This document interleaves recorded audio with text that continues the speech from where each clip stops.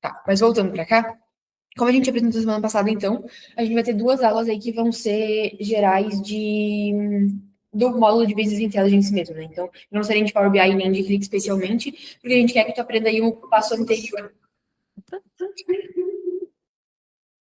O passo anterior à parte de visualização mesmo, né? Que é a parte mais importante que demora mais tempo.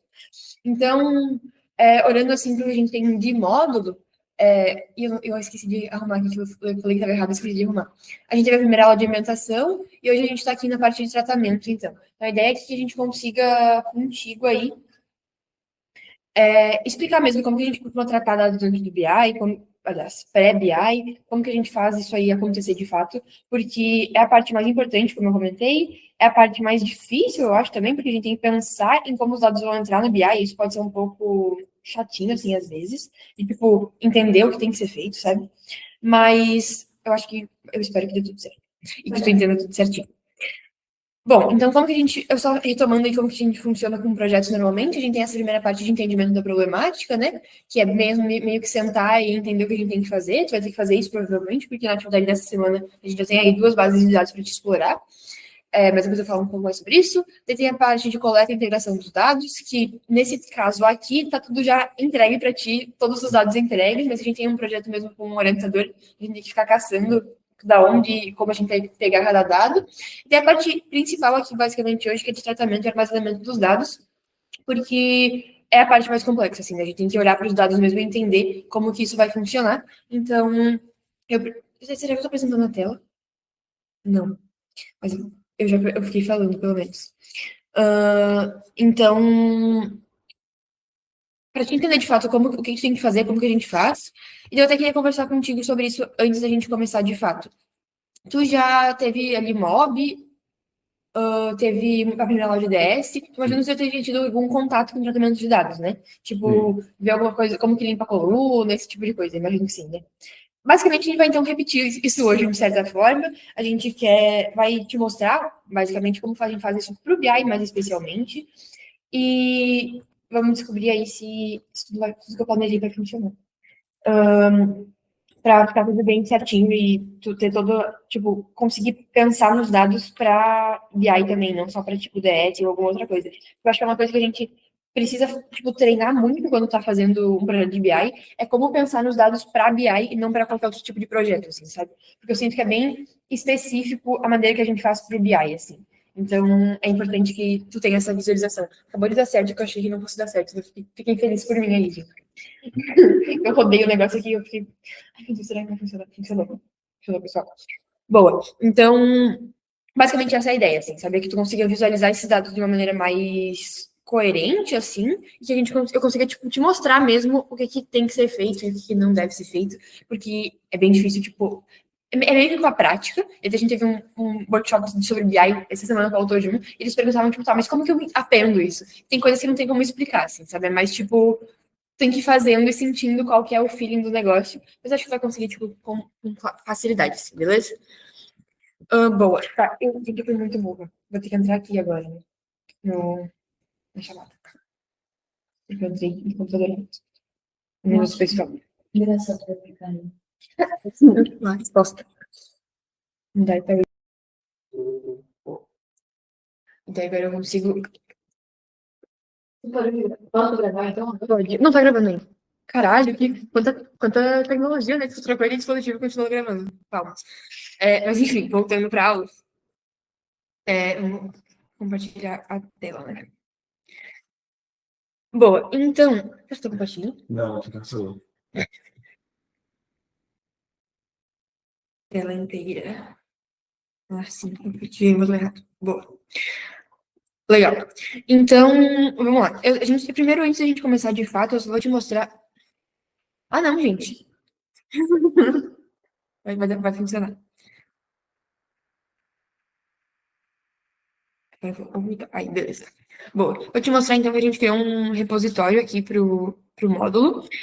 Basicamente, a gente vai utilizar desse repositório aí nas primeiras 2 aulas, porque é quando a gente tem aí as coisas que vão tipo, precisar de código mesmo, porque depois a coisa vai ficando bem mais tranquila, assim. E daí é só no BI, depois eu vou te explicar isso mais pra frente, mas o versionamento de BI não acontece pelo GitHub, porque só não tem como, assim. Então, a gente faz normalmente pelo Drive mesmo, mas depois a gente explica isso mais pra frente. Mas, basicamente, como fica a organização aqui?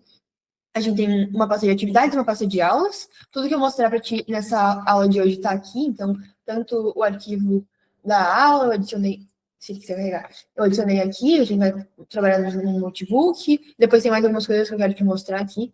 E daí pode dar uma visualizada depois. E na parte de atividades aqui, tem as atividades da semana 1. Aqui tem tanto uma descrição da atividade de BI, quanto da atividade de clique. Porque como a gente tem um módulo agora que é de Business Intelligence, tu vai precisar trabalhar com uma base de dados para a parte de BI e com uma base de dados para a parte de clique. Fazer coisas bem semelhantes nas duas, assim, mas a gente resolveu separar para te ter uma experiência ainda maior, assim. E aqui tem um readme também com tudo que tu precisa fazer da atividade. Assim, então, tem das duas aqui, tanto a parte de clique, quanto a parte de Power BI. Aqui tem tudo que tu precisa entregar e tal. Então, a gente tentou organizar aqui para ficar tudo certinho. E até já passando por isso, para ficar tudo pronto, aqui tem a parte do módulo no Notion. Então, aqui tem as ditas que eu estou usando na aula e a apresentação da aula também, aquela apresentação que eu comecei no começo. E aqui tem as bases de dados da atividade. Então, a gente colocou aqui as bases da parte de BI, aqui tem as bases da parte de clique e aquela mesma fotinho ali com a descrição das atividades aqui. E aqui para te entrar no GitHub. Então, a gente tentou organizar assim o máximo possível para te ter todos os dados aí na mão na hora que precisar, de fato, trabalhar. E daí, para entregar a atividade, meio que o que tu vai fazer em DS, provavelmente fez no Bob, né? Cria uma branch, pula o repositório no local, cria uma branch, trabalha, faz o pull request, comita o pull request e a gente revisa e depois pode adicionar na main ou não, beleza?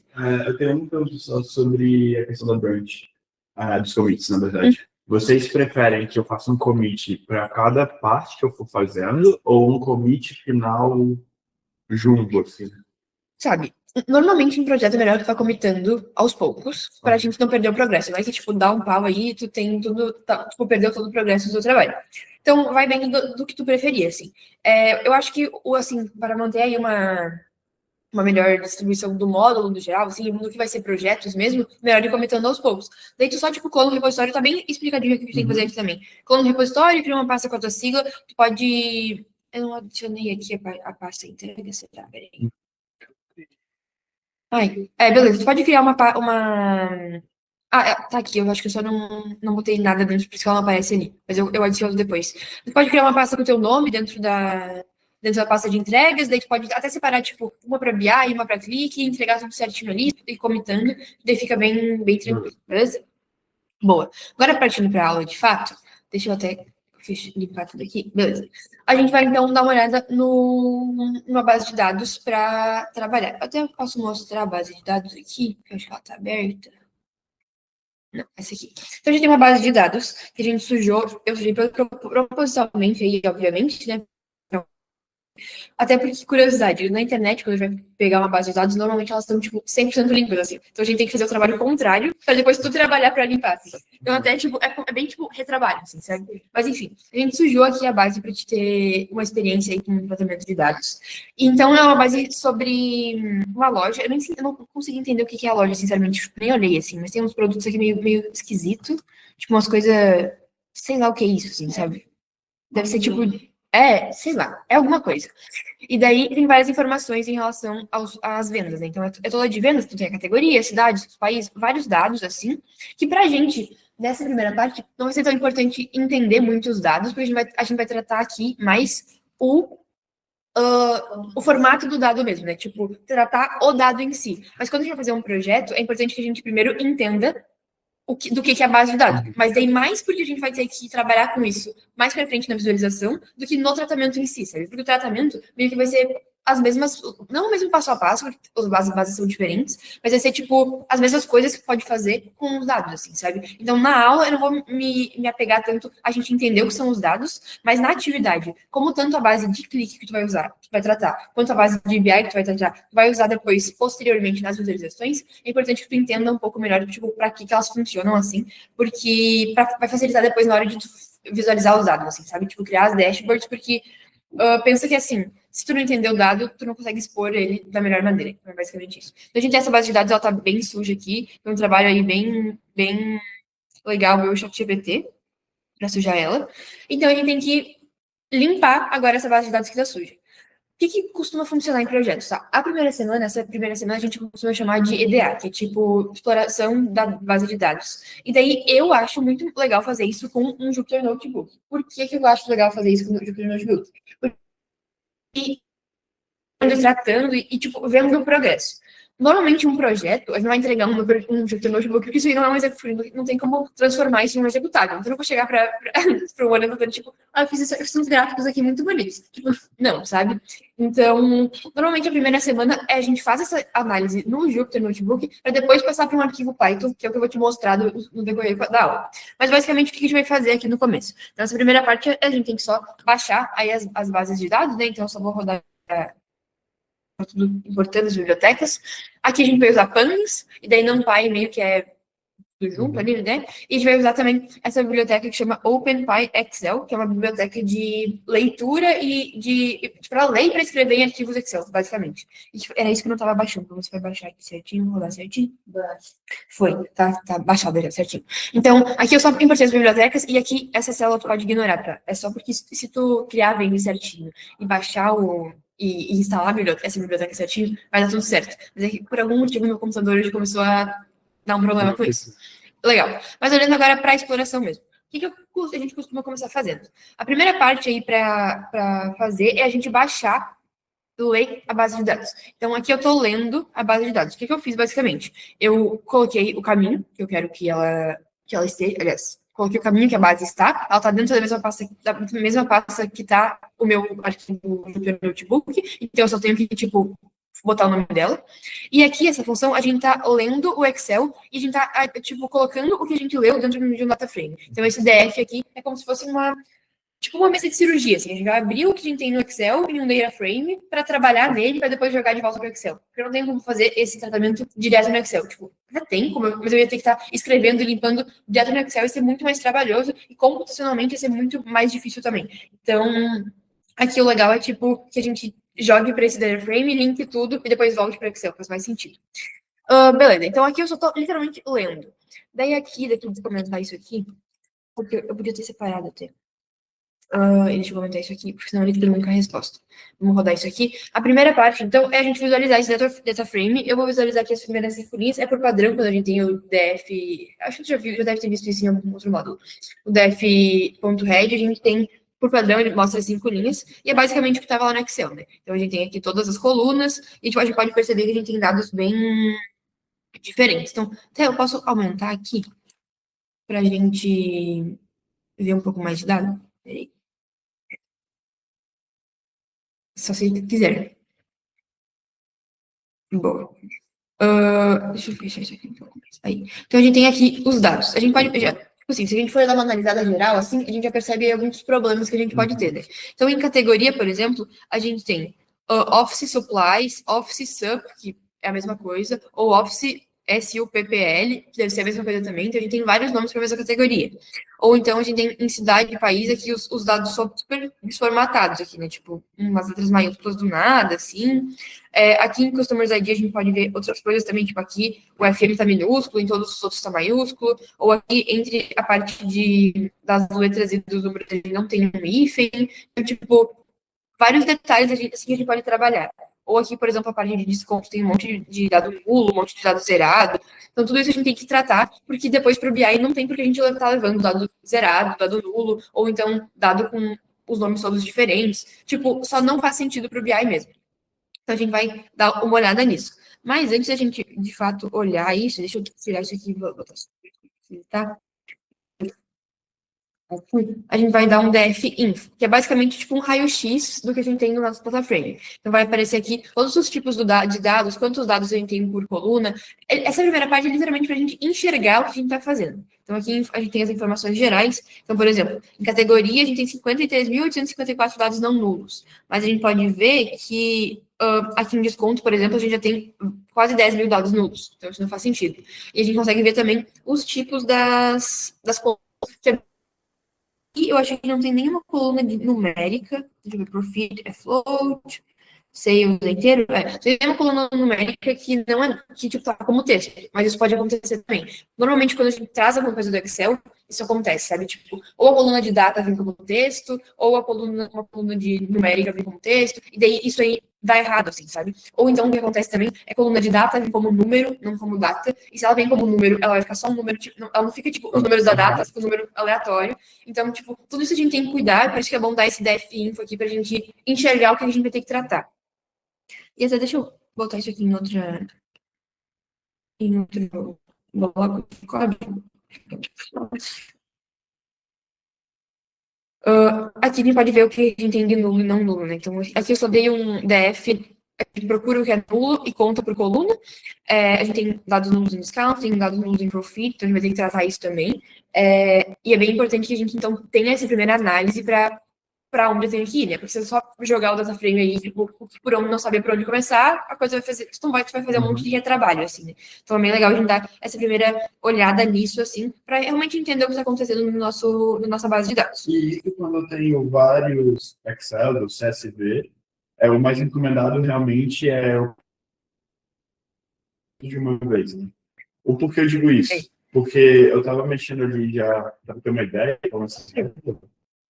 e uma das dúvidas que eu tinha era, pô, essa coluna me parece ser extremamente inútil. Por exemplo, me veio na cabeça, eu vi uma coluna que parece ser inútil. Será que essa coluna não é uma conexão entre os demais? E por isso ela seria útil? Então, tipo, quando eu deixo de ver o todo, eu não tenho uma chance de estar perdendo um baita de minha conexão? Sim, também. O que eu acho que é ideal, tá? A primeira parte, eu acho que antes de vir pra cá, de fato, é ficar lá olhando na base de dados. Então, a primeira exploração, eu acho que tem que ser aqui. Testa coisa, faz um PROC-V de um lado para o outro, puxa dado. É um trabalho bem de Excel mesmo. Ele não ensina Excel, de fato, mas é porque meio que se precisar de alguma fórmula de Excel e se tu jogar no ChatGPT, ele vai dar exatamente o que tu precisa. Então, é meio que a gente já tá ensinando uma coisa aqui que tu consegue muito fácil, sabe? Então, assim, eu acho que... Aprende muito fácil, exatamente. Então, acho que a primeira parte é, de fato, olhar os dados dentro da base como a gente já tem. Normalmente, no nosso projeto, a gente vai trabalhar com Excel mesmo. Alguns projetos a gente usa base de dados e tal, mas normalmente o que vem é um grande Excel cheio de aba, as abas todas confusas, com uma coisa puxando a outra, e daí isso é um caos.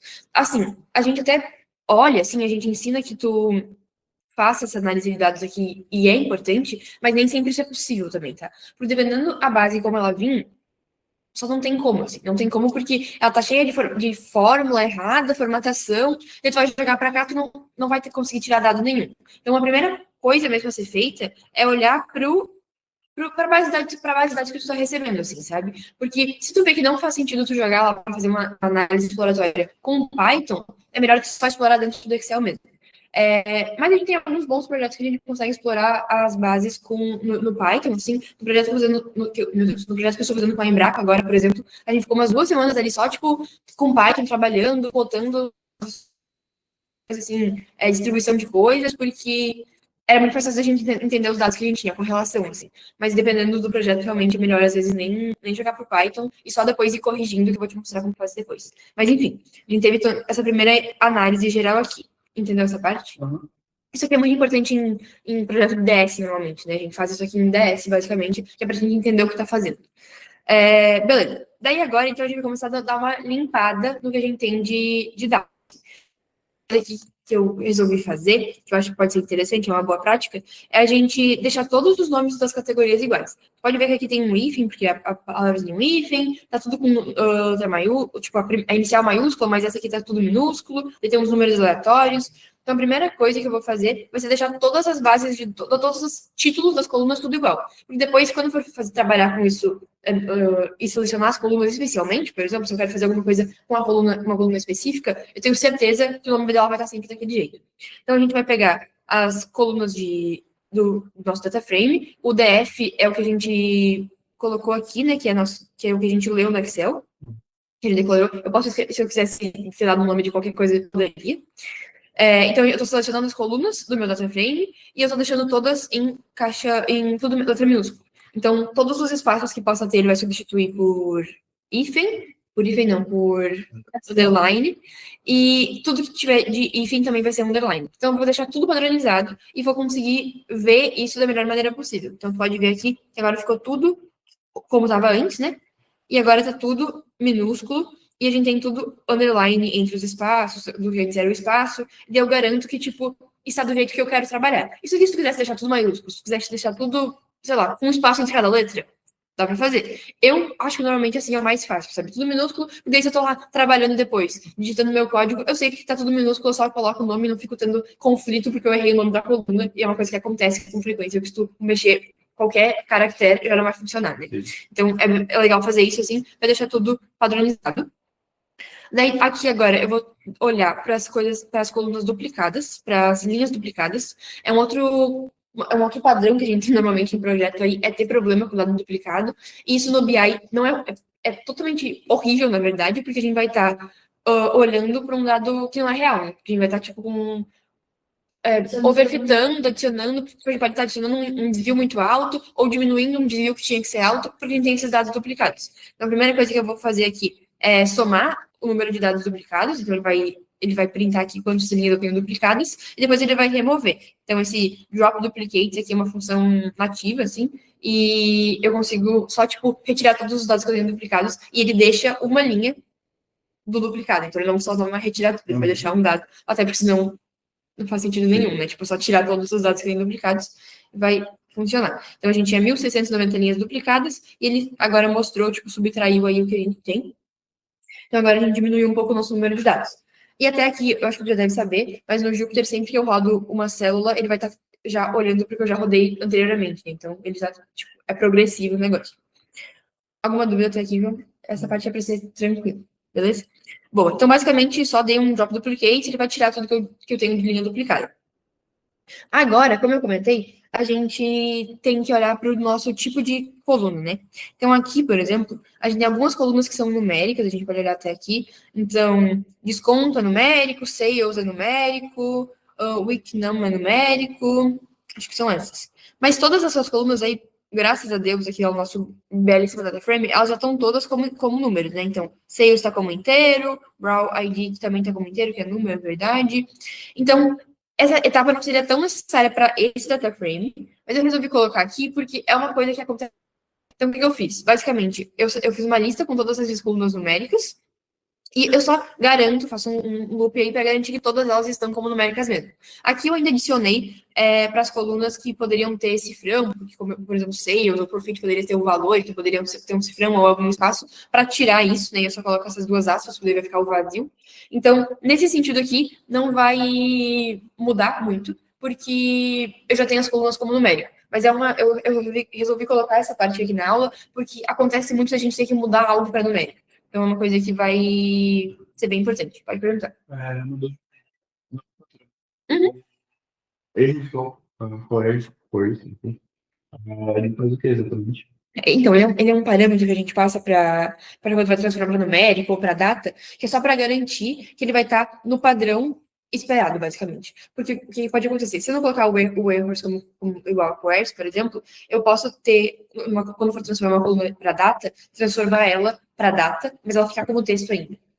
Então, tipo, tem umas. É tipo assim, é detalhezinho, assim. Não, ele não é necessário, tipo, funcionaria sem, mas é aqui tu meio que tu evita o erro. Ele, tipo, garante a coesão das colunas. Basicamente isso, entendeu? Boa. Falando de datas, eu vou transformar as datas aqui também, porque não sei se tu percebeu, aqui, ó, a gente tem a parte de horário, e esse horário não tá adicionando em absolutamente nada na nossa informação, porque todo o data frame tá zerado. Então, deixa eu ver aqui em cima a gente. Deixa eu aumentar aqui. Para te mostrar de novo. Inclusive, tudo bem, você já respondeu uma dúvida que eu tinha no exercício, que era se eu podia, tô vendo que isso não presta para nada, se eu tô só achar fora. A gente tá, tipo, tira.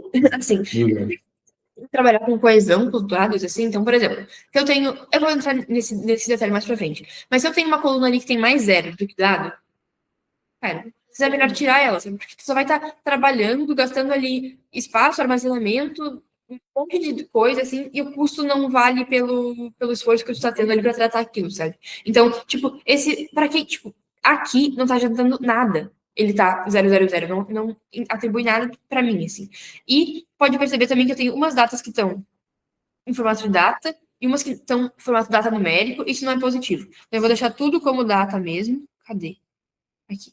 vou deixar tudo como data. E aqui o persiste, tu viu que é para deixar a coesão aí das colunas. Então a gente vai printar aqui. Opa.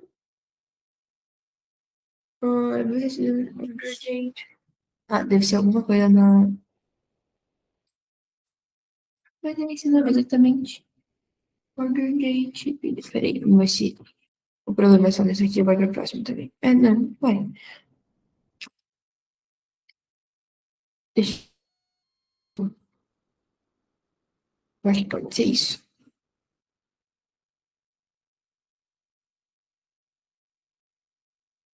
Pronto. Eu rodei lá em cima, daí ele voltou para a plataforma que estava lá em cima, daí eu tinha rodado, não tinha rodado a de nome, e daí atrapalhou. Aí foi isso. Hã? É por isso que é bom sempre, tipo, sempre que tu vai rodar um lá de cima, rodar os abaixo, que tu tem que rodar de novo. Porque senão isso pode dar errado. Tu viu que eu tinha mudado o nome da coluna antes, só que eu rodei uma célula que estava em cima, daí ele voltou para como estava antes. Então não tinha passado mais por aqui e aqui ia dar erro, entendeu? Então isso aí pode acontecer mesmo. Mas enfim, então a gente meio que colocou tudo para data agora. A gente pode ver aqui que tá tudo como data time. E. Não printou. Vamos printar o. DF. Só esqueci. Vou copiar aqui para vocês.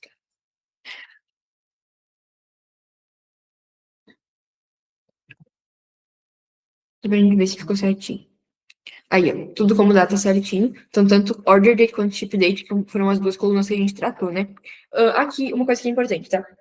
Quando eu tava fazendo a aula, eu pensei, vou colocar tudo em formato no padrão brasileiro, né? Porque a gente tá aqui, não tá no padrão brasileiro, tá ano, mês e dia, né?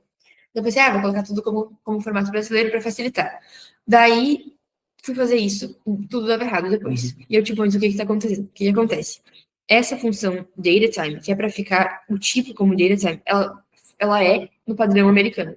Se tu vai transformar para o padrão brasileiro, a coluna vai ficar como texto. Daí, se tu quiser depois calcular alguma coisa, tipo diferença entre as datas, não funciona, porque não tem como subtrair duas datas. Então, o melhor, sinceramente, aqui é deixar assim. E daí depois, quando tu for tratar no BI, tu pode mudar para o padrão brasileiro. Porque daí do BI isso não é, tipo, é indiferente, não vai ser um problema. Mas aqui, às vezes é melhor deixar no padrão americano mesmo, como tá na função.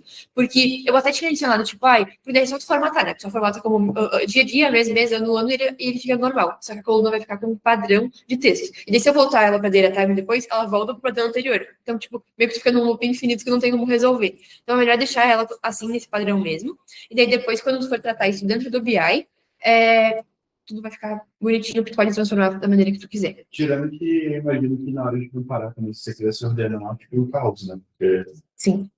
Então, às vezes, tipo, tem algumas coisas assim que a gente pensa que, tipo, meu Deus, vai ser a melhor coisa do mundo, mas às vezes é melhor deixar pra fazer no BI. E uma coisa legal de pensar aqui também é que, assim, no BI, dentro do Power BI, então, não sei dizer tanto do clique, mas aí, sendo mais, né, clubista aí do meu lado, nessa parte de Power BI, dá pra fazer muito tipo de conta dentro do BI. Tipo, tudo que você imaginar de conta que dá pra fazer e fórmula é possível, assim, a quantidade de fórmula que a gente tem dentro de Power BI é, tipo assim, absurda. Então, às vezes, até não faz nem tanto sentido a gente calcular tanta coisa, calcular tanta coluna com o Python, porque dentro do BI isso aí vai ser infinitamente mais fácil e tu vai garantir que todos os dados estão sendo tratados da mesma forma, sabe? Então, eu penso que, assim, para projeto em Power BI mesmo, o mais importante é, tipo, tu trazer os dados aqui limpos, que o BI consegue fazer o resto.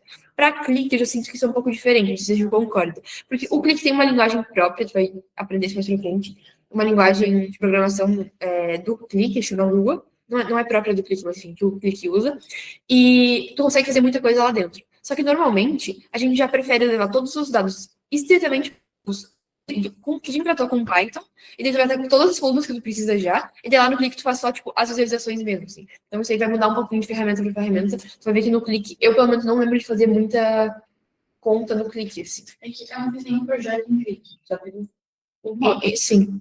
Mas eu sinto a mesma coisa, assim. Tipo, dizendo da minha parte do Power BI, assim, cara, é muito de boa. É literalmente tratamento de limpeza. Daí, quando você tá com os dados limpos, você, tipo, mexe em tudo lá dentro. E às vezes tem até como você limpar lá dentro. Exatamente. É até assim. Eu sinto que nisso o BI, a gente só soltou o assunto da aula, mas vamos lá. Acho que nisso o BI é um pouco melhor, assim. O BI é o Power BI. Por quê? Porque no BI, se tu trouxer os dados limpos, lá dentro tu consegue refinar ainda mais a limpeza deles, porque tem toda uma plataforma ali que consegue limpar muito mais aquilo, e depois tu consegue visualizar e fazer as fórmulas e cálculos que tu quiser, tipo, infinitamente. No Click é um pouco diferente, assim, porque no Click tu pode começar. É melhor tu levar já os dados todos prontos e só visualizar lá, assim. Senão tu vai estar trabalhando em duas linguagens, primeiro com Python, depois com Lua, e, tipo, não é um problema, pode acontecer. Mas eu, sinceramente, acho que eu nunca vi nenhum projeto do Neo em Click que a gente tenha usado a parte de programação do Click mesmo, assim, sabe? Normalmente a gente leva tudo pronto com Python e depois faz no Click.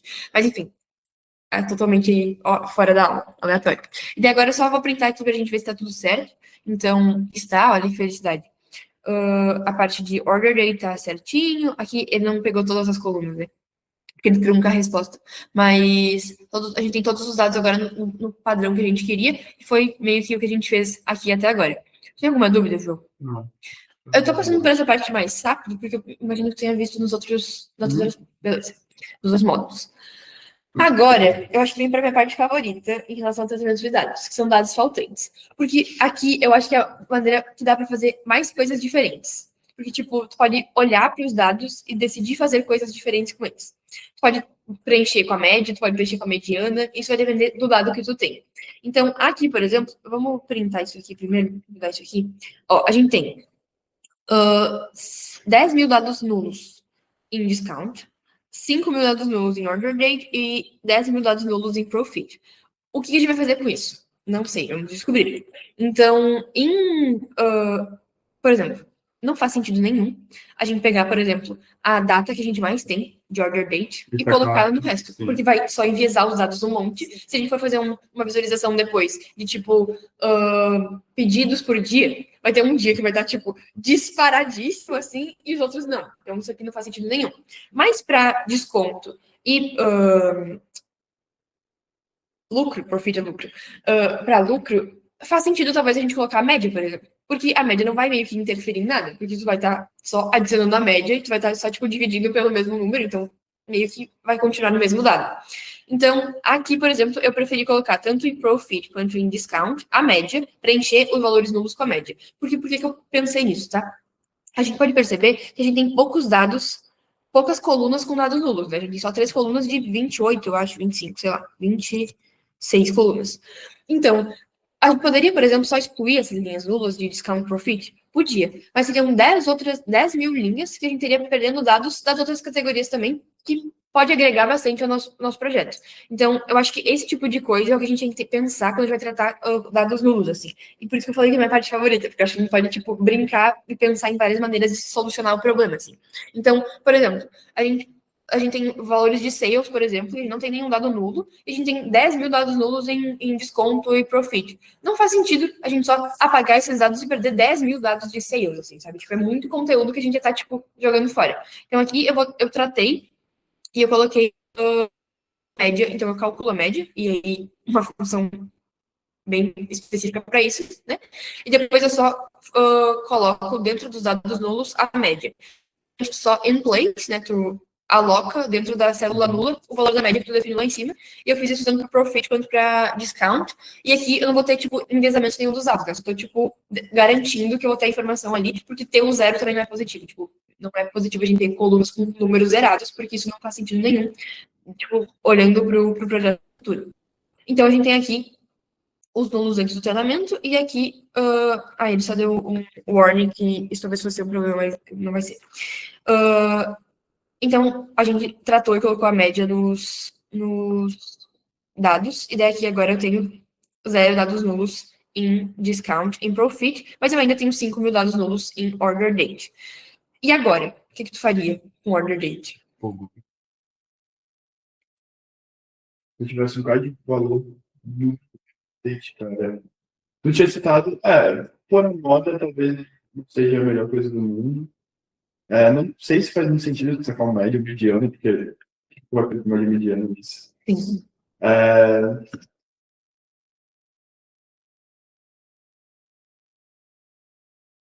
Às vezes é o mais fácil, é o que tá brilhando na tua cabeça e você não quer falar. Apagado? É. Eu resolvi Então, pegar tudo isso aqui mesmo. o que eu tava pensando? Eu tinha pensado em tentar plotar o gráfico de como tá atualmente Uhum. e tentar, tipo, achar quais são os picos e distribuir de maneira que fique mantendo esses picos, tá ligado? Sinceramente, assim, daria. Ótima ideia, inclusive. Eu pensei nisso, tipo, como que eu poderia distribuir esses valores faltantes para só, tipo, continuar com a mesma distribuição que eu já tenho antes. Mas aí, tipo assim, eu tenho 53 mil dados. 5 mil, tá, é um 10% aí. Mas será que vale todo esse meu trabalho para só eu ter o mesmo resultado no final? Às vezes é só melhor, tipo, excluir tudo e é isso mesmo, sabe? Então, eu fiz exatamente isso, eu só dei um drop na e é isso que ele vai fazer, ele vai tirar os dados nulos. E eu só removi todas as linhas mesmo, porque eu achei que fosse fazer mais sentido. Então, eu tinha aí 5 mil, aliás, 53 mil dados antes de remover os nulos, e agora eu tenho 48 mil porque eu removi Então, por exemplo, as linhas nulas. se eu tenho um banco de dados, chutar números aqui, ó, tem 2.000 coisas, daí eu achei lá que 26 linhas ou duas datas estão trocadas. Melhor que destrocar é só falar, cara. Trocadas, tipo, vamos dizer que tu tem uma order date e uma ship date, por exemplo. Exatamente, sim. E Hum, o data de compra, data de, sei lá, de entrega e data de compra, só que a data de entrega da minha compra da compra também entrega. eu acho que, tipo assim, se for pra uma minoria, tipo, uma bem minoria da base, assim, eu acho que faz sentido mesmo só, tipo, corta fora, é isso, assim. Mas dependendo, se tipo, tu vê que é um padrão que, tipo, eles só confundiram as colunas, é melhor só trocar mesmo e seguir a vida. Ok. Então, eu acho que tudo isso depende mesmo do contexto do projeto. E até aqui, quando a gente tá olhando para o módulo, e a gente trabalha com essas bases de dados que são aí mais utópicas, assim, a gente decide, é isso, né? Tipo, vai ser totalmente do que a gente decidir. Mas muito disso a gente vai ter que conversar com o orientador também. Tipo, eu posso perder 5 mil dados de 53 mil que eu tenho? Tem orientador que vai dizer, tipo, vai lá, sabe? Tipo, só exclui, não quero nem saber. Mas tem orientador que vai dizer, não, todos os dados que estão aí são estritamente importantes. Então, a gente vai ter que dar uma maneira de tratar eles. Então, eu acho que essa é a parte de um projeto de BI, que a gente menos tem contato com o orientador no sentido de validação, porque a maioria dos orientadores não tem conhecimento técnico, então se eu chegar para ele e falar, tipo, ó, olha aqui, ó, eu fiz um código que vai pegar a média e vai substituir no valor. Eles vão ficar, tipo, Poxa. parabéns, sabe? Tipo, eu lembro que minha primeira reunião de projeto, eu fui mostrar um código pro orientador, ela ficou assim, tá, e o BI? Fica como, sabe? Então, tipo, meio que eles não entendem. Mas esse tipo de coisa, em relação à quantidade de dados, é importante dar uma validada, porque às vezes para eles é importante, então é bom cuidar disso. Mas aqui no módulo, capa fora e outra hora a gente vê o que acontece aí, sabe? Tipo, justifica sua decisão. Se você justificar bem sua decisão, pra mim, tá ok. Beleza. Então agora temos os dados nulos removidos. Eu vou dar um display aqui das primeiras linhas pra gente dar uma olhada. Até agora, então, a gente tratou os dados. A gente tratou. Oh, sério, a gente tratou os dados, né? Surpresa. A gente tratou os tipos dos dados, a gente trabalhou com dados nulos, mas a gente ainda tem algumas inconsistências na base. Então, se a gente continuar olhando aqui, a gente tem ainda aquele problema de categoria que eu falei, que a gente tem mais de uma categoria com o mesmo nome, mais de. Não, a mesma categoria com diferentes nomes, tem as letras ali maiúsculas, minúsculas nos nomes das cidades e países. Isso aí também não é positivo depois para o nosso BI. Então, a gente vai dar uma olhada nisso agora, assim, sabe? Vamos começar a prestar atenção nessa parte de padronização do conteúdo. Nossa, fui tão bonitinha, ela. Que orgulho. Boa. Então, agora, então, é isso aí que a gente vai fazer. A gente não tem mais nenhum problema com os dados, vamos dizer assim. Mas a gente tem dados que estão com alguns erros e agora é hora de refinar isso de certa forma. Então, a primeira coisa que eu vou fazer aqui é olhar para cidades e países ali. Então, a gente percebeu que a gente tem letras maiúsculas aqui, né? Tipo, no meio do nome e tal. Cadê? Aqui. Isso não faz sentido nenhum, tipo, por que a pessoa escreveu desse jeito? Então, eu vou tratar isso.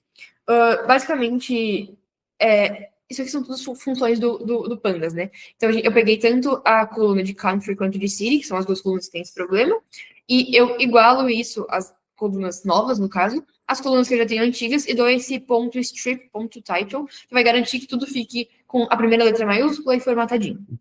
A gente pode ver isso aqui também. A gente pode.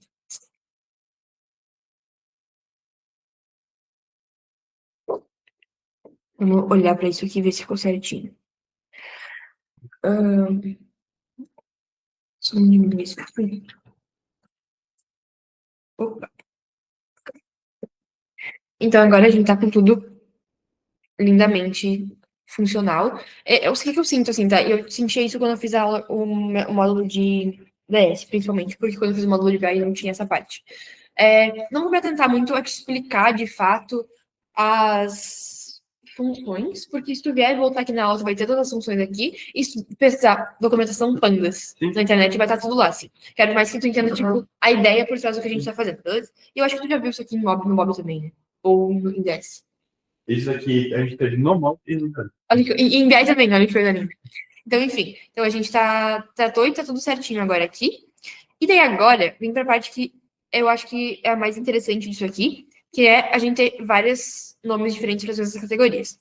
A primeira coisa que eu pensei em fazer foi exatamente o que tu falou isso, de ver como está a distribuição das categorias. Então, eu só tô plotando um gráfico de barras aqui, basicamente, para ele plotar a categoria pela, tipo, a distribuição de vezes que cada categoria aparece. E daí a gente pode ver o que, que vai. Ah, sim. Ver o que vai acontecer. Será que eu. Peraí. Será que é isso? Talvez. Boa, vai funcionar em algum momento. Mas eu tenho a imagem, eu acho que eu vou. Deixa eu ver. Só pra gente não ficar demorando.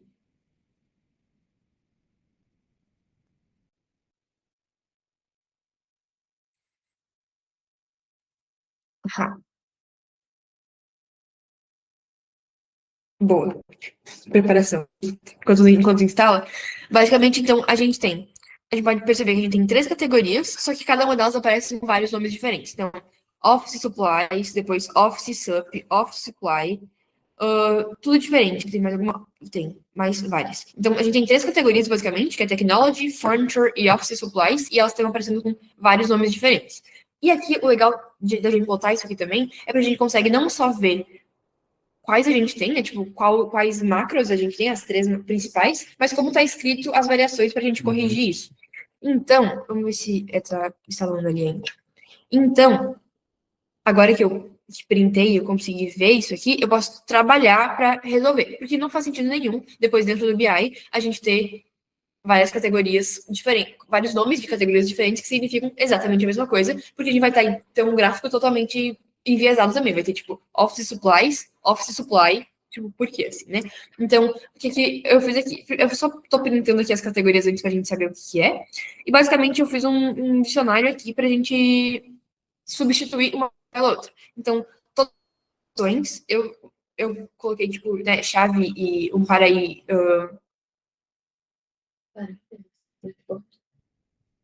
Meu Deus, um par do dicionário chave, eu esqueci Valor? o valor. Chave e valor. Eu estava tentando lembrar a palavra. Então, eu substituí todos pelo que eu quero que fique. Eu resolvi ficar com Office Supplies, Technology e Furniture. Então, pode ver que tipo, tinha Technology com dois Y, ou Tech, ou Furniture. Então, eu só substituí tudo isso, criando um mapa e um dicionário básico só para ter as correlações.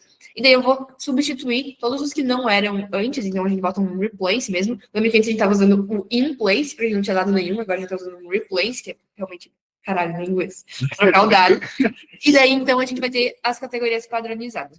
Se vai funcionar. Boa. Então, ó, antes a gente tinha aí uma distribuição, que é a mesma coisa que a gente fez no gráfico, querendo ou não. Vamos ver se agora o. Foi. Vamos ver se era isso mesmo. Só pra gente ter um gráfico bonitinho aqui. Não. Não era. Ah, era matplotlib, não era plot. Pipins. Então,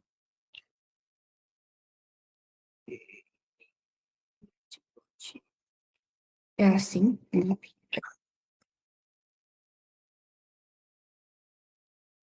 Uma hora ele vai baixar. Então, basicamente, era o que a gente viu no gráfico, mas aqui só pra gente contar mesmo. Eu só fiz um count aqui dos valores, né? E tudo isso aqui são funções do Pandas mesmo, tá? Tipo, o value count é contar os valores de fato. E daí agora a gente deixou tudo em três categorias. Então, Office Supplies, Technology e Furniture, que é exatamente o que a gente queria, né? Que a gente tivesse um nome de categoria para aquela categoria e não vários nomes para a mesma categoria, porque só não faz sentido mesmo. Vamos dar uma olhada nisso aqui de novo? Só pra gente ver se ficou certinho.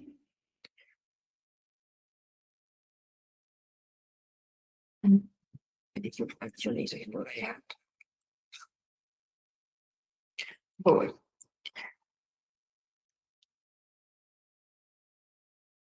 Ué. Aí. Então, agora a gente tem todas as categorias bonitinhas, bem colocadinhas, porque era o que a gente queria.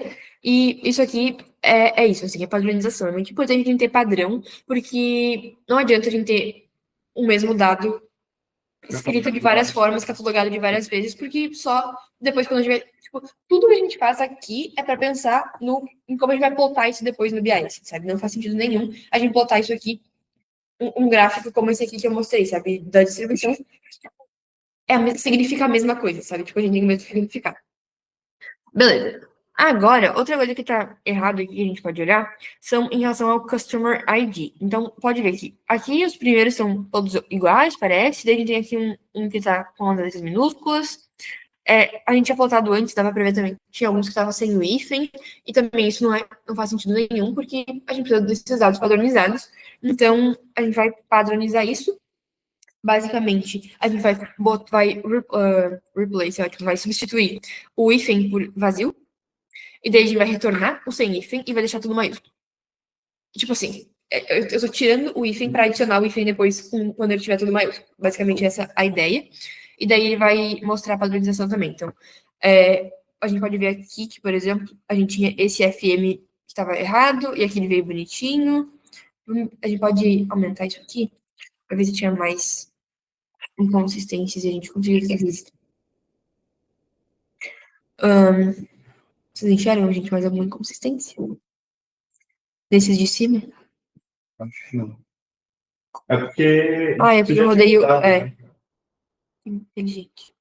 Deixa eu rodar esse aqui de novo. Vai rodar certo daí?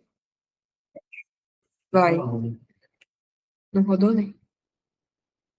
Ele rodou certinho. Mas depois a gente pode testar isso. Mas enfim, ele tá. Eu te garanto que ele tá corrigindo certo. Eu testei bem isso aqui. Então, ele tá. Basicamente, ele tira o hífen, bota as duas primeiras letras maiúsculas, né? Então, aqui a gente tem a gente pega isso aqui é Python, né? A gente pega as duas primeiras letras, do início as duas primeiras, bota maiúsculo e adiciona o hífen com o resto da frase. Então, tipo assim, essa é uma coluna de texto, embora tenha números, porque a gente tem um código, né? Mas é importante que a gente tenha tudo padronizado também. Isso aqui, sinceramente, no BI talvez não fizesse tanto, não teria tanto problema, tá despadronizado, mas esteticamente é melhor que esteja padronizado, porque, enfim, faz muito mais sentido. Alguma dúvida até aqui? Beleza. Então, agora a gente fez aí um monte de coisa, tratou os dados, e em teoria, na teoria, tá tudo resolvido. Temos todos os dados aí bonitinhos, todas as inconsistências que a gente tinha encontrado lá no começo, quando a gente estava olhando, foram resolvidas. A gente precisa agora, de fato, ver se é só isso que a gente precisa, ou se a gente vai criar mais alguma coluna, porque a gente tem essa chance de fazer isso aqui também. Então, aqui, eu trouxe duas colunas aí que a gente pode criar para tipo, realmente trabalhar com esses dados que a gente teve. Então, a primeira que a gente vai criar aqui vai ser a tempo de entrega. Então, a gente tem um order date e um ship date. Eu vou meio que subtrair uma da outra para a gente calcular literalmente o tempo de entrega, que o tempo que a diferença entre essas duas colunas. E depois a gente vai calcular também a margem, exatamente, a margem de lucro. Então, basicamente, a gente tem o profit, onde está? Profit. Eu acho que eu não sei se Eu acho, pra ver. Enfim, mas a gente tem o profit. Então, eu vou fazer uma conta só para encontrar qual que é a margem. Se eu tenho o lucro, eu tenho a venda, eu consigo calcular a margem. E daí, isso aqui é tipo, meio que Python normal. Tu só subtrai ou tu divide, igual fazem qualquer coisa. Multipliquei por 100 para ficar porcentagem. E daí, ele vai mostrar aqui pra gente. Agora, tipo, esse tipo de coisa é o tipo de coisa que você teria que fazer para um projeto de clique, mas que você não teria que fazer no Python, ali, no VS, tipo, porque você conseguiria substituir esse trabalho no Power BI. Você consegue reconstruir coisas. Só para pontuar.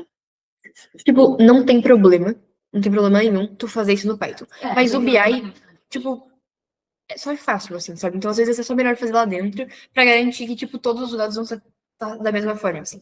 Mas é bem, tipo, escolha mesmo, sabe? Tipo, escolha da pessoa, escolha do grupo. Eu acho que, do grupo, do projeto, no caso, literalmente vai depender disso. Assim. Basicamente, a gente tem a porcentagem de lucro, que eu só calculei, tipo, lucro por venda vezes 100, e surpresa, deu certo. Literalmente, lucro sobre venda por 100. E aqui eu só, tipo, subtraí uma data da outra, né? Então, tem um número de dias aqui. Então, dá para fazer isso aqui no BI com muita facilidade. Talvez, tipo, se eu fosse fazer isso aqui, tá? Talvez esse projeto, por exemplo. Talvez essa aqui de tempo de entrega eu faria aqui no Python, porque eu acho que fica um pouco mais fácil. Lá em BI, talvez eu teria que transformar esses dados, não seria tão legal. Mas essa aqui de margem de lucro é, tipo, a medida mais básica do BI, assim. É, tipo, que tu pode fazer ali demais. Acho que a primeira coisa que tu aprende a fazer, assim, sabe? Tipo, muito tranquilo. E aqui até, não sei se tu conhece essa função, mas é só para arredondar aqui a porcentagem para não ficar um monte de número quebrado. Se eu tirar esse round 2 aqui, ia ficar, tipo, tudo quebrado e a gente não precisa desse dado. Então, basicamente, o que eu fiz até agora, né? Eu peguei todos os dados que eu tinha, limpei tudo que eu tinha e criei 2 novas colunas. Aí vamos ver se funcionou. Não, gente, eles estão tentando me derrubar. É porque eu acho que você não importou. Eu não importei, não? Lá em cima, não lembro que teve. Não importei, então. Ixi. Tá, eu não voltei mesmo. Mas enfim, depois eu ajeito isso. Beleza. E agora, então, só vou verificar o que eu vou fazer aqui. Tá, aqui é a parte legal. É a parte que a OpenPy Excel volta a trabalhar. O que a gente tem aqui, né? No começo, a gente leu o Excel. E a gente colocou tudo isso nesse data frame, que eu falei que é essa nossa mesa de cirurgia para fazer o negócio acontecer, e limpar, e cortar e fazer acontecer. Só que não me adianta de nada pro BI eu ter isso no data frame, porque o BI eu não consigo conectar ele com o data frame fictício que a gente criou aí localmente no computador. Só não funciona. Então, agora eu vou verificar, eu vou até quebrar isso aqui em 2 células também, pra gente diferenciar. Eu vou só verificar se tá tudo certo. Então, mesmo, só tipo dar um display para garantir que tá tudo certo. Eu posso olhar de novo o tipo das minhas colunas, ver se meu raio-x aqui tá certo. Pode ver que agora a gente tem o mesmo número de não nulos em todas as colunas, porque a gente capou aquelas folhas lá. Então, garantir aqui que tá tudo ok. Tudo que eu precisava, eu fiz. E é legal até comparar, tipo, sempre comparar a primeira vez que tu plotou isso com a última para ver se, tipo, tu realmente teve essa diferença. Tivemos, legal. O que eu vou fazer agora? Agora eu tenho que escrever isso em algum lugar, porque tá aqui, mas só estar aqui não funciona. Então agora a gente vai transformar esse meu DF, esse meu data frame, em um Excel. Então é como se eu escrevesse em um novo Excel. Aqui nesse caso, eu estou criando um novo Excel que eu dei o nome de Global Superstore Tratado, porque o nosso Excel original é tipo More Dirty, Global Superstore More Dirty. Mas eu poderia, inclusive, sobrescrever o arquivo que eu já tenho. Tudo isso são pequenas funções que a gente vai modificar, tipo, só a função mesmo da OpenPy Excel. Uma coisa importante, inclusive, a biblioteca OpenPy Excel, tu não precisa importar, só precisa baixar e confiar. Meio que esse é o, é o lema dela. Tu não precisa, tipo, importar nunca ela só vai existir.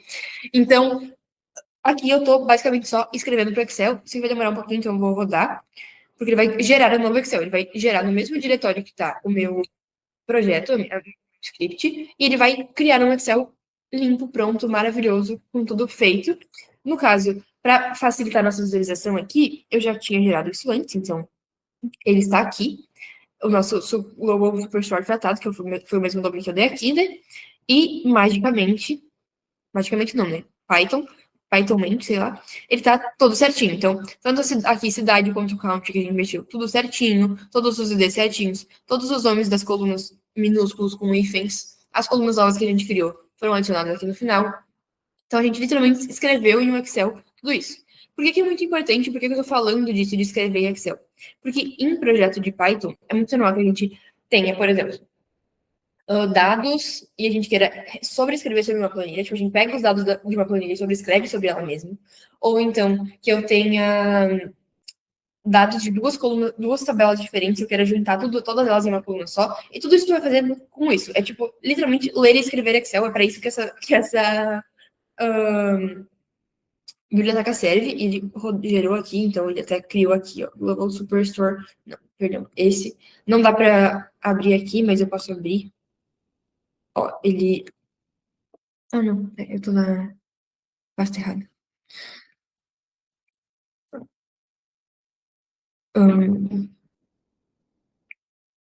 Aqui.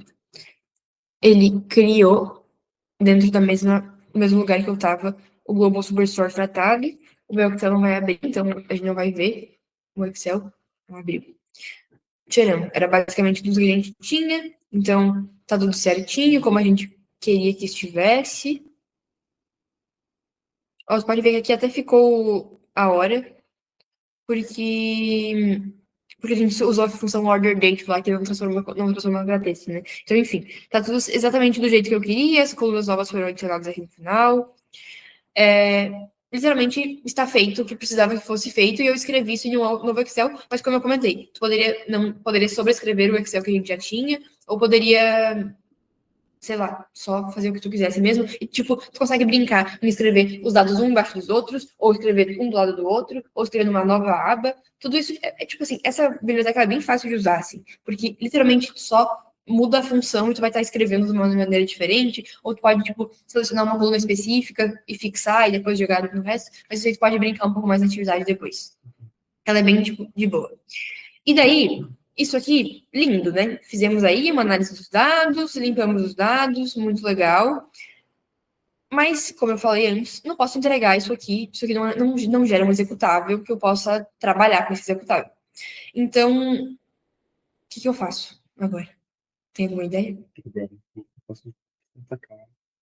Muito grande, né? Exato, basicamente. Então, basicamente, tudo que a gente fez aqui, que modificava a base de dados, eu transformei em um arquivo Python, que faz exatamente a mesma coisa, só que modularizado. O que é importante, tá? Quando a gente tem um projeto em BI e a gente quer tratar os dados, normalmente a gente vai gerar um executável. Tem uma biblioteca que chama PyInstaller, do Python, de Python, que tu literalmente gera um aplicativo, assim. Tu vai mandar o arquivo, que é esse executável para o orientador, ele vai clicar e a coisa vai acontecer.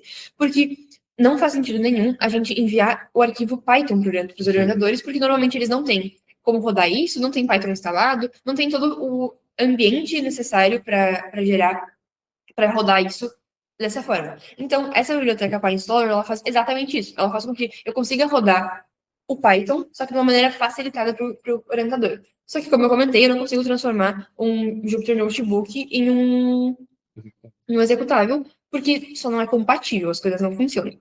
Então, eu tenho que pegar tudo que eu fiz de modificação dos dados aqui e colocar em um arquivo Python. Normalmente, o que é feito, tá?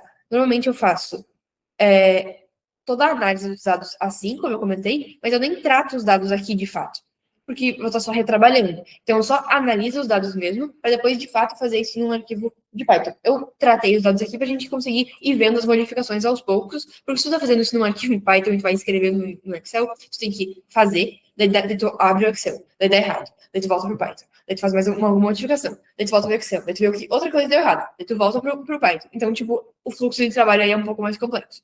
Mas, literalmente, esse script que eu criei faz exatamente a mesma coisa que a gente fez ali no Jupyter Notebook. Eu só, tipo, modularizei, né? Então, aqui eu criei uma função limpar dados e daí eu adicionei tudo aquilo que eu queria. Então, eu padronizo o número das colunas, eu removo linhas duplicadas, converto data para formato de data, converto coluna numérica, esse aqui nem era um teste, não funcionou. Preencho os nulos de profit, discount de order date, no caso. Aqui no caso eu não preenchi, né? Eu só fiz excluir. Fui literalmente padronizando tudo que eu tinha feito, padronizei o ID, calculei as colunas que eu precisava, e daí aqui, basicamente, é o bloco que vai fazer tudo ser escrito no Excel. Então, a gente tem, na mesma função, tudo que tem que ser feito, e isso aqui tu pode fazer de diversas maneiras, tá? E aqui a gente basicamente lê o arquivo de entrada, cria o arquivo de saída, e ele vai chamar todas essas pequenas partes que a gente criou aqui para gerar o arquivo limpo de fato. Então, isso aqui dá para ser feito de tipo assim, milhares de maneiras. Eu coloquei tudo em um arquivo só, mas normalmente em projeto de BI, assim, é bem normal que a gente, quando a gente está tratando os dados, a gente quebre isso em pequenas etapas. Então, a gente cria, por exemplo, um arquivo que seja o arquivo principal, que vai só chamar as funções, basicamente. Daí, um arquivo que vai calcular as colunas, um arquivo que vai tratar os rulos, que, tipo, quebre um pouco isso para a gente conseguir manter um fluxo de trabalho um pouco mais adequado. Como aqui era bem pouquinha coisa, eu coloquei tudo num arquivo só porque eu achei que funcionaria, mas é bem normal a gente ter, tipo, um arquivo main ali, que seja, tipo, o aplicativo principal, basicamente, que é esse aplicativo que a gente vai transformar num executável, e todo o resto que sejam só, tipo, arquivos auxiliares, que a gente só chame funções desses arquivos. A gente fica importando a função do outro arquivo para tudo funcionar certinho. Então, é bem normal que isso aconteça também, para ficar tudo bonitinho. Esse arquivo aqui, ele demora para gerar também, então eu gerei aqui para a gente ver. Perdão, a Global Store tratado final, porque eu fui super criativa no nome, só adicionei um final, que é exatamente a mesma coisa que a gente tinha feito antes. Então, eu não vou rodar ele aqui porque demora para escrever por algum motivo, eu rodei antes, demorou um monte, mas foi literalmente, eu só peguei e salvei o arquivo aqui dentro do Drive, e a gente tem exatamente o mesmo arquivo que a gente teve ali com o Jupyter Notebook, só que isso aqui eu consigo transformar em um executável. Alguma dúvida, João? Por enquanto não. Vamos ver se eu vou conseguir. Peraí, tô em modo. Vamos ver se eu consigo rodar mesmo. Isso vai demorar muito. Na verdade, a única dúvida que eu tive é por que a gente não apagou a coluna em mandarim? Ah, já poderia mesmo. Não pensei nisso, mas é só. Gente, eu tenho fazendo um projeto agora que tem uma parte que é em mandarim. Sério? O da Embraco. Tem tipo. A base de dados é metade em inglês, metade em mandarim. Juro. Imagina a minha cara. Quando o orientador falou, tipo, pode ser que seja em mandarim. Eu, oi? Em mandarim? Então tá dando erro isso aqui. Peraí. Deixa eu colocar esse arquivo pra cá. Por causa do nome da pasta, gente. Olha.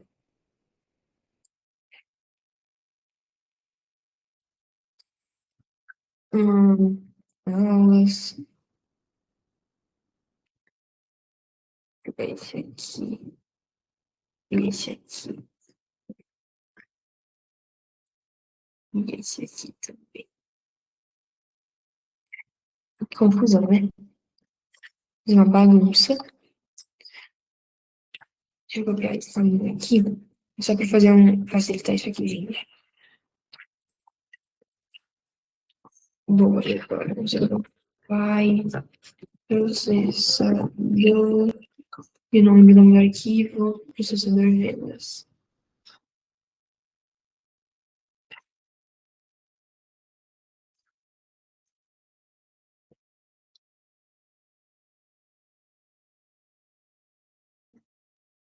Rezar para tudo funcionar no tempo dele.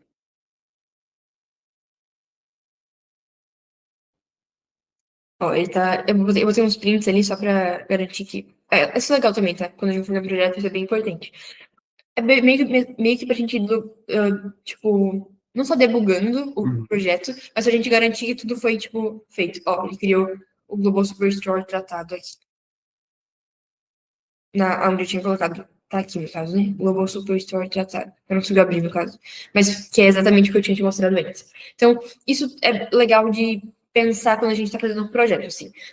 É legal a gente olhar no Jupyter Notebook, tratar os dados, limpar tudo bonitinho. É legal, mas em um projeto mesmo, isso não funciona. Esse executável não funciona. Então, eu preciso ter um script em Python.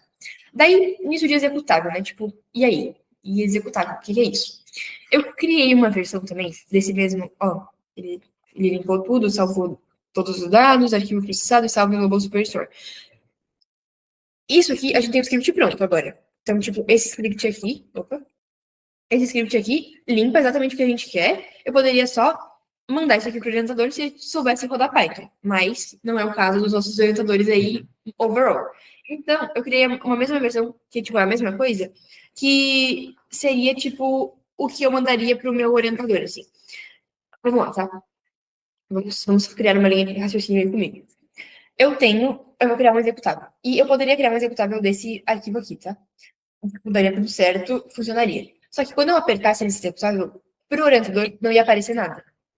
Tipo, ele ia funcionar, ia acontecer tudo da mesma forma, só que tipo, às vezes é importante que a gente mostre alguma coisa pro orientador, tipo, que ele aperte um botão, aperte, tipo, o executável, e apareça alguma coisa na tela, só para ele entender o progresso do que tá acontecendo, porque senão, tipo, isso não funciona com eles, assim.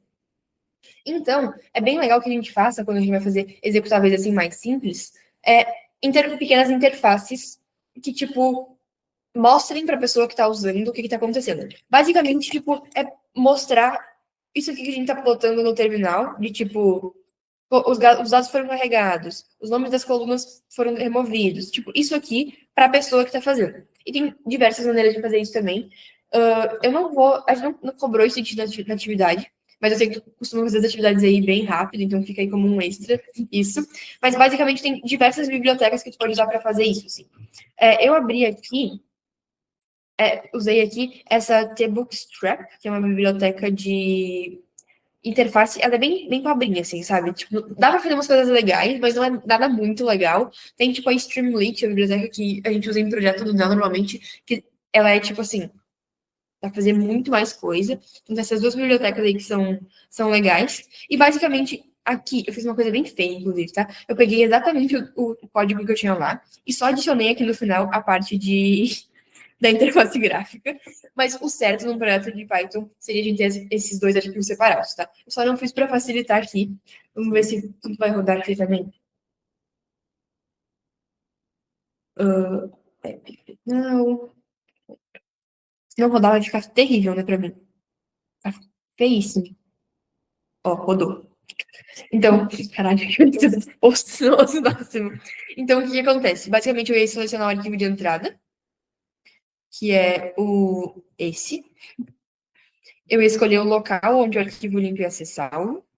Eu posso deixar aqui dentro mesmo. Peraí. Ele tá procurando. Aí. E eu inicio o processamento. E dele vai fazer tudo o que eu quis. Tudo que eu pedi pra ele fazer no caso, mas tudo correr bem. Daí o que acontece? Quando eu transformo isso num executável, com aquela biblioteca que eu falei, a Py Installer, quando eu não tenho que rodar isso no terminal, quando o orientador clicar no botão, já vai aparecer o pop-up e tudo vai ficar lindo. Esse aqui, inclusive, tipo, até ficou bem complexo, porque essa biblioteca não é muito boa para esse tipo de coisa. Olha, tá salvando aqui no final. Mas, tipo assim, às vezes, se tu coloca só um botão, tipo, só um pop-up escrito, tipo, tá funcionando, já é suficiente. O orientador já fica, uou, sabe? Aqui eu fiz uma classe para estruturar essa parte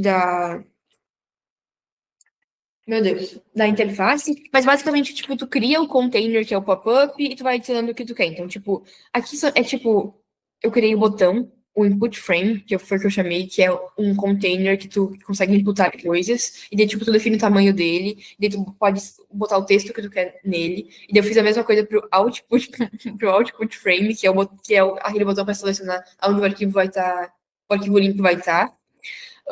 Daí depois, tipo, tem aquela parte de baixo aqui. Assim. Tem aquela parte de baixo aqui, isso aqui, que é onde vai ficar processando, vai ficar printando as coisas. Então, eu só criei isso aqui também. Tipo, criei essa box. Então, basicamente, tu cria, tipo, o container grandão, que é o pop-up geral. Daí depois tu cria os botões que tu quer. E daí por isso que eu falei que é melhor estar em outro arquivo separado, porque não precisava ser uma classe daí, entendeu? Só, tipo, é uma classe aqui porque eu fiz meio mal feito. Não foi que não, pode ser feito assim. Mas para separar dois arquivos é melhor, porque tu não precisa usar uma classe que só pode jogar tudo lá e vai funcionar também. E daí aqui, basicamente, tipo, tu cria as funções que tu quer para o que está acontecendo, né? Então, tu seleciona o input file, que é o que tu vai relacionar com o botão, e daí ele vai, tipo, aparecer, enfim, tu define tudo que tu quer, então, basicamente, essa função aqui é o que vai aparecer é o que vai estar, tipo, aparecendo para o usuário, então, file dialog, que é, tipo, o que vai comunicar com o usuário, e daí tu vai criando as funções. Eu resolvi não passar isso aqui com calma contigo, porque, como eu comentei, não é algo que a gente tá cobrando no módulo, porque é um a mais, assim. Se tu quiser depois, eu vou, isso aqui tá tudo lá GitHub, já pode dar uma olhada melhor se tu quiser se desafiar um pouco mais no final da atividade. Mas a ideia é que tu não precisa fazer isso, tá? Tu chegue só no que a atividade está proposto é suficiente, mas eu resolvi te mostrar porque é legal ter essa experiência, assim, porque normalmente a gente vai fazer isso em algum projeto. Não necessariamente com essa biblioteca, mas coisas similares com bibliotecas similares, então tu consegue ir criando esses detalhes, assim, para facilitar. Alguma dúvida, João? Eu falei muito em pouco tempo. Essa parte final, ela funciona bem porque ela já sabe que tipo de documento eu vou receber. O que eu quero dizer com isso? Por exemplo, se eu tivesse um processo de que em um caso específico tivesse juntado dois arquivos em um só, ela não saberia distinguir isso, sabe? Então, tipo, Tu tem que modificar. Eu vejo que realmente vai funcionar. Eu não estou prometendo para o orientador que todo arquivo do mundo que ele está aqui vai ser resolvido. Então, uso que ele passou no projeto.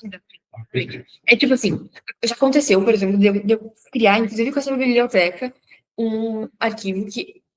Vou te explicar qual que era o projeto, tá? Tinha uma parte de uma empresa lá que precisava. Eles, tipo assim, eles tinham uma planilha que eles limpavam manualmente a planilha. O que eles faziam? Eles iam linha por linha limpando a planilha, em vez de, tipo assim, criar um template. E eles queriam, então, um executável que pegasse a planilha do ano anterior, limpasse e tipo, modificasse todas as datas para o ano atual. Tipo, atualizasse, sei lá, se dia 10/10 vai ser uma sexta-feira mesmo. Então, só tinha que mudar, tipo, jogar mais um, basicamente. E era isso que fazia, o executável. E era para o arquivo específico que eles tinham, na formatação específica que eles tinham. A gente entregou o projeto. Tempo depois. É o do PPM? É uma parte do PPM? Um tempo depois, o orientador me mandou uma mensagem. Oi, fui testar o executável e não tá funcionando aqui pra planilha. Eu disse, deixa eu ver a planilha que tu tá testando. Ele tava mandando outra planilha. Uma planilha, tipo, que não tinha nada a ver, não era do PPM, não era do mesmo projeto. É óbvio que não ia funcionar, porque, tipo, o executável foi criado para funcionar na planilha específica, não em outras todas as planilhas da Landsguide, assim, sabe? Então, tipo, é exatamente isso. A gente faz exatamente para o arquivo que a gente precisa. Mas a gente consegue fazer algumas modificações pequenas se precisar. Mas isso aqui é, tipo, um a mais mesmo, não se preocupe com isso aqui. Mas se tu não tem nenhuma dúvida, João, eu vou passar para a atividade, beleza? O que é a nossa atividade dessa semana? Vamos encontrar. Beleza, atividade. Inclusive, depois eu vou subir aqui com tudo rodado, a parte da aula aqui, porque eu adicionei aqui, só que tá tudo do Jupyter Notebook, ele não tá com os outputs, tá limpo. Se tu tiver alguma dúvida, se tu quiser voltar, daí ele vai estar tudo pronto, mas eu faço isso daqui a pouco. Porque o resto tá tudo certinho aqui, tipo, se tu quiser depois olhar os outros arquivos que eu comentei, então aqui também bem certinho. Mas a atividade. Basicamente, então, a atividade de BI. A proposta é a mesma. É como se tu fosse um analista júnior, tanto da empresa de Power BI quanto da de Click, que tu tá olhando para dois projetos diferentes. Então, a de BI, a gente tem aí um belíssimo data frame sobre bicicletas, né, Júlia? Sobre uma loja que vende artigos de bicicleta. Não sei por que bicicleta, mas enfim. E a gente tem uma base de dados que já toda suja, toda com vários problemas, então tem algumas coisas que têm que ser feitas, elas são descritas aqui, e descritas bem especificamente aqui no README também. Então aqui tá, tipo, bem certinho, passo a passo do que tu tem que fazer. E a de Click é basicamente a mesma coisa, só que para outro data frame, porque a gente não faria a mesma coisa com duas atividades com o mesmo data frame para facilitar, né? Obviamente. Então, tá também tudo bem explicadinho aqui. Então, aqui é só tipo uma capinha mesmo que a gente criou para ficar bonitinho, então um roteiro básico, mas se tu ler aqui no README tá tudo certinho. O que você vai ter que fazer basicamente? Limpar, tratar tipos de dados, igual a gente fez aqui, tudo isso. E depois, na parte de clique, eu acho que não, mas na de BI, talvez você tenha que mexer um pouquinho em tipo juntar planilhas, assim. Daí tu vai trabalhar com a OpenPy Excel lá, mas é o que eu te falei. Funções, read, você lê aqui, escreve ali, junta tudo, pura felicidade, um abraço. É basicamente isso. Tipo, essa coluna tem o mesmo nome dessa coluna, então esses dados vão estar escritos todos na mesma coluna. Basicamente isso. O que eu acho que tem como parte que é. Eu tava pensando em fazer em Pandas, então, o Pandas ele tem como pegar dois CSVs e falar, cara, olha que maravilha. Sim, só deve ter que transformar para um CSV. Sim. É porque eu acho que um deles é o Spire do CSV. Notion? Tá. É o que o André que fez Aqui, beleza. Dona precisa correção? Fez a questão. Questão. Ah, tá, pode ser. O nosso não tá em CSV, então, surpresa. E é o DBI que tu vai ter que fazer isso, então Ok. acontece. Mas é legal dar uma trabalhadinha com a OpenPy Excel, porque ela é bem fácil. Mas ela é bem fácil de mexer e ela é bem útil, assim. Então, basicamente, nas duas atividades, tu vai ter que tratar os dados, preparar os dados de fato, corrigir, padronizar, limpar, garantir que não tenha nenhuma inconsistência. Eu sei que eu e a Júlia, a gente foi bem boazinha, eu achei. Na parte de inconsistências aí, a gente foi bem querida, mas eu acho que os meninos deram uma avacalhada. Então, assim, de dica, vai atrás, olha bem, passa um bom tempo só dando uma olhada nas planilhas primeiro, explora bem as planilhas, porque isso vai te ajudar, plota gráficos se precisar, faz o que quiser, que vai ajudar bastante. E daí, na nossa parte, tem uma partezinha a mais do que eles fizeram aqui, então tu vai ver que a gente vai te mandar os sales todos separados, ó, sales 2021, 22, 23, 24. Então, a gente quer que tu consolide tudo isso em uma planilha só, e basicamente daí criar um histórico, tipo, um embaixo do outro. É basicamente isso. Daí é só juntar tudo. Não, e no caso a gente quer o executável, não quer que tu copie e colhe os dados, tá? Senão não vai fazer sentido nenhum pra gente. E depois a gente quer que tu pegue, puxe uma coluna de uma base e coloque na outra, mas aí também vai ter uma ideia ali que vai correlacionar e tu vai conseguir fazer de boa. Daí são talvez a parte mais desafiadora da atividade.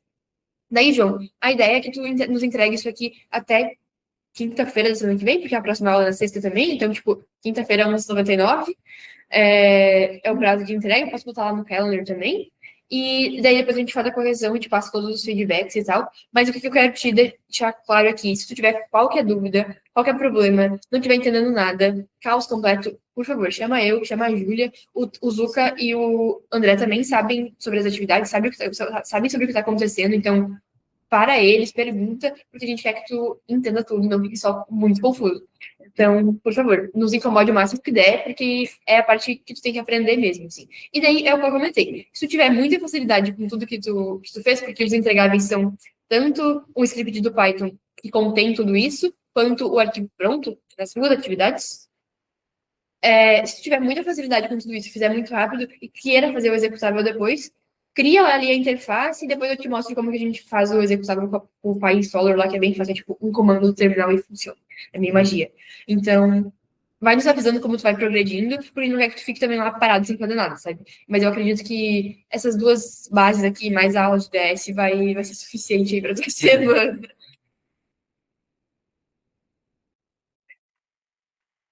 Ah, tu vai fazer de web? Uou, não, então tu vai ter bastante coisa.